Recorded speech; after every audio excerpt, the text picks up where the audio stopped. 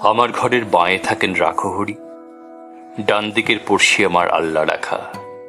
কেউ বলতো এক বৃন্তে দুটি কুসুম, কেউ বলতো একই গাছের দুটি শাখা। রাখহরি মজুর ছিল কারখানাতে, আল্লাহ রাখা খিদিরপুরে জাহাজ ঘাটে।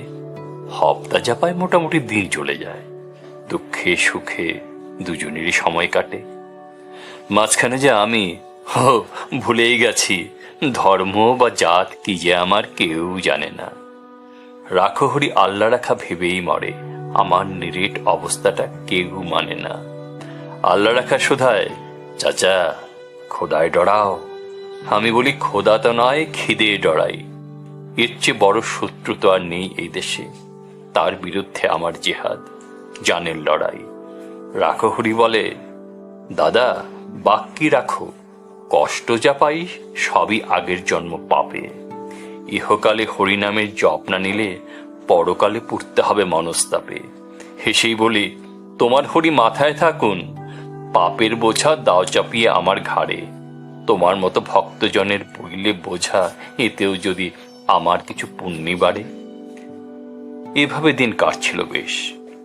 হঠাৎ সেদিন হিসিয়ে সাপের মতো গুজব ছড়ায়, পীর সাহেবের মাজারে এক মরা শুয়োর, মরা গরুর শিং পড়েছে বামুন পাড়ায়। ছড়িয়ে গেল দাঙ্গা দাবা নলের মতো, আল্লাহ রাখা লাফিয়ে এলো সড়কি হাতে। রাখহরির তেল পাকা এক বাঁশের লাঠি, ভাটার মতো ঘুরছে দু চোখ রাগের তাতে। দুহাত ধরে বোঝাই ওদের, হচ্ছেটা কি যাচিয়ে দেখো, এসব খবর সত্যি কিনা। আল্লাহ রাখা বলল, কাফের হার যাবি ম্লেচ্ছ। চেঁচায় রাখহরি, আর ছবি না। রক্ত গঙ্গা বইল আমার চোখের আগে, জখম হয়ে জ্ঞান হারালাম পথের দ্বারে। ততক্ষণে ওরাও দুজন ভূতলশাহী, পরস্পরে সুরকি এবং লাঠির মারে। কার যে কত রক্তে সেদিন ভিজল জমি, হিসেব তো নেই, দুটোই যে লাল। আর যা জানি, রাখহরি কাতরে ছিল জলের তরে, আল্লাহ রাখা চাইছিল এক আজলা পানি। বহু বছর লাগলো আমার ঘা শুকোতে, দেহেরটা নয় মনের ঘাটাই আসল দাগা। ফিরব ঘরে সেই ইচ্ছেটাই আর ছিল না। ফিরব কোথায়, ঘর তো আমার আগুন লাগা। তবু সেদিন চাইছিল কি মন, এলাম ফিরে। আকাশটা নীল, অলস দুপুর, ওই যে পাড়া উঠছে ফড়িং। কোথাও গ্লানির চিহ্ন তো নেই, ইতস্তত ভাঙা বাড়ির দেয়াল ছাড়া। আমবাগানটা তেমনি আছে, শীতল ছায়া। গাছের নিচে কুড়িয়ে রাখা আমের ঝুড়ি, টলটলি জল।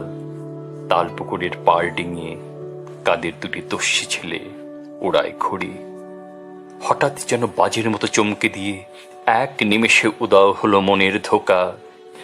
সুতো টানছে আল্লাহ রাখার ছেলে করিম, লাটাই গুটোয় কানাই রাখহরির খোকা। আমার ঘরের বাঁয়ে থাকেন রাখহরি, ডান দিকের পড়শি আমার আল্লাহ রাখা। কেউ বলতো এক বৃন্তে দুটি কুসুম, কেউ বলতো একই গাছের দুটি শাখা।